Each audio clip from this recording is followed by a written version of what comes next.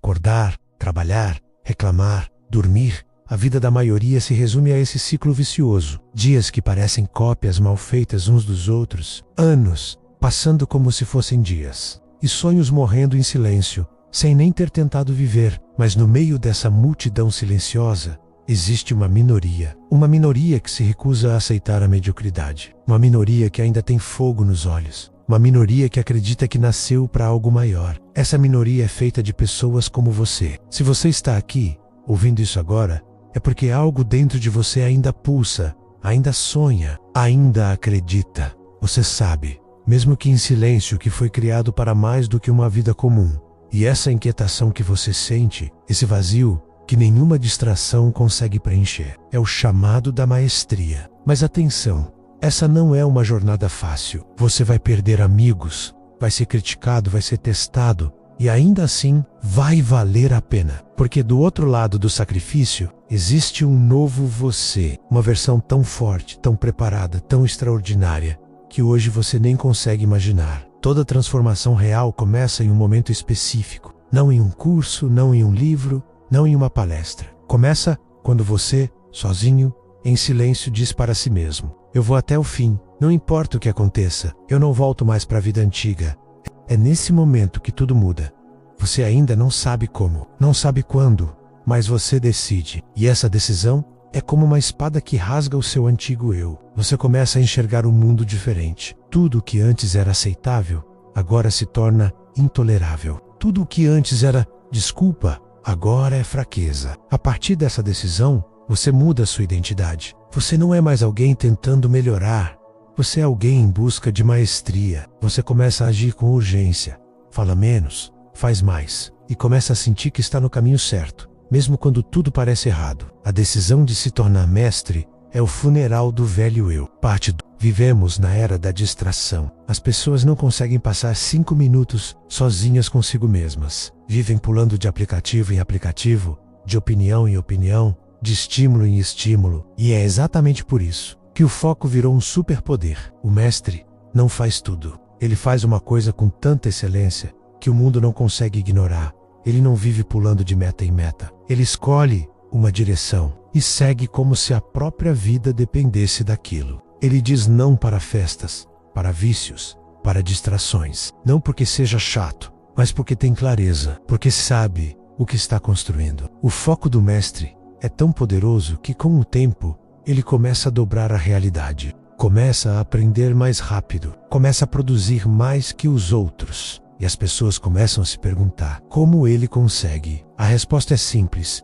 Ele eliminou o desnecessário e colocou toda a sua energia no essencial. Disciplina é aquilo que ninguém vê, mas que constrói tudo o que todos desejam. Você vê o palco, mas não vê os bastidores. Você vê o corpo forte, mas não vê as madrugadas na academia. Você vê o sucesso, mas não vê as noites em claro, o cansaço, as renúncias. A disciplina é brutal. Ela não pergunta se você está com vontade. Ela exige presença, exige repetição. E a repetição, muitas vezes cansa. Mas enquanto os outros param, o mestre continua. Enquanto os outros precisam de motivação, o mestre tem compromisso. Enquanto os outros esperam o momento certo, o mestre cria o momento. A disciplina não constrói apenas resultados, ela constrói quem você é. Se quer crescer de verdade, pare de ouvir quem nunca construiu nada. O mestre não perde tempo com vozes rasas. Ele estuda os maiores, se inspira nos lendários e se senta, em silêncio, à mesa dos sábios. Ele lê livros que a maioria acha difíceis. Ele assiste palestras que poucos entendem. Ele faz perguntas grandes e tem humildade para ouvir respostas maiores ainda. Quem aprende com gigantes não se conforma com a média. Mas atenção, mentores não virão bater na sua porta. Você precisa buscar, investir, observar, imitar. Até o dia em que você também será chamado de mestre, você vai sentir dor, vai ser rejeitado, vai errar, vai perder, vai se frustrar. Mas entenda isso, a dor é obrigatória.